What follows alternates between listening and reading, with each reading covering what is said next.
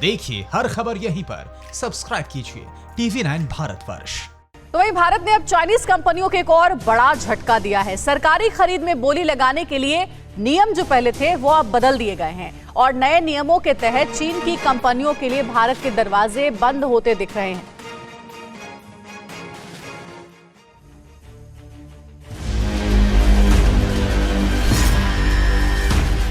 LAC पर भारत के साथ दगाबाजी चीन को बड़ी भारी पड़ रही है। सैन्य मोर्चे पर ड्रैगन का गुमान तोड़ने के साथ साथ आर्थिक मोर्चे पर भी उसकी कमर तोड़ी जा रही है। 59 ऐप्स पर बैन से पड़ोसी की बिलबिलाहट गई भी नहीं थी कि भारत ने अब एक और कड़ा फैसला सुना दिया है। ताजा फैसले के तहत केंद्र सरकार ने सरकारी खरीद में चाइनीज कंपनियों की एंट्री बैन कर दी है।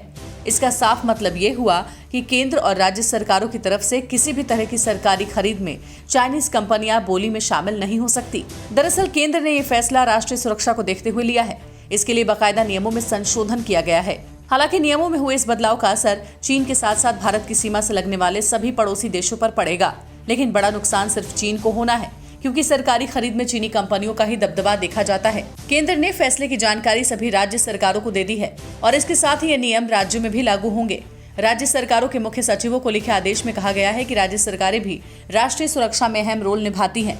ऐसे में सरकार ने संविधान में जो बदलाव किया है उस पर अमल किया जाए।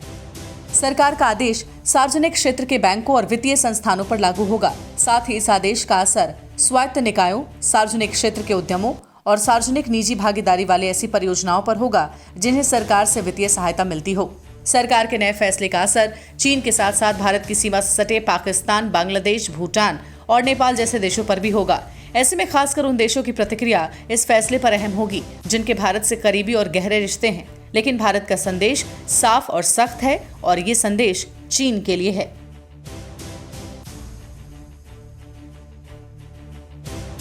तो भारत सरकार एक के बाद एक कड़े फैसले ले रही है जिससे चीन तिलमिलाया हुआ है और ये फैसले ऐसे हैं जो कि चीन के आर्थिक हितों पर बड़े गहरे चोट करने वाले हैं। हम आपको ग्राफिक्स के जरिए आगे कुछ ऐसे ही फैसले जो भारत सरकार की ओर से लिए गए हैं जो कि चीन के आर्थिक हितों पर गहरा चोट किया है, ऐसे 3 ऐसे फैसले जो हैं वो हम आपको ग्राफिक्स के जरिए समझाते हैं। देखिए, नजर डालिए स्क्रीन पर। पहली चोट जो है वो भारत की ओर से क्या की गई चीन को लेकर के। देश भर में चीन की कंपनियों के कई ठेके रद्द हुए, यानी कैंसिल कर दिए गए, जिसका चीन पर क्या असर पड़ेगा। अब फैसला तो लिया गया चीन को देखते हुए भारत की ओर से, लेकिन उसका असर क्या होगा ये भी समझना जरूरी है। असर दरअसल ये हो रहा है कि केंद्र और कई राज्य सरकारों की परियोजनाओं से हाथ धोना पड़ा चीन को। आपने सुना होगा कि कई प्रोजेक्ट्स जिसका प्रोजेक्ट मिला था चीन की कंपनियों को वो सारे कैंसिल कर दिए गए जब से टेंशन बढ़ा उसके बाद से।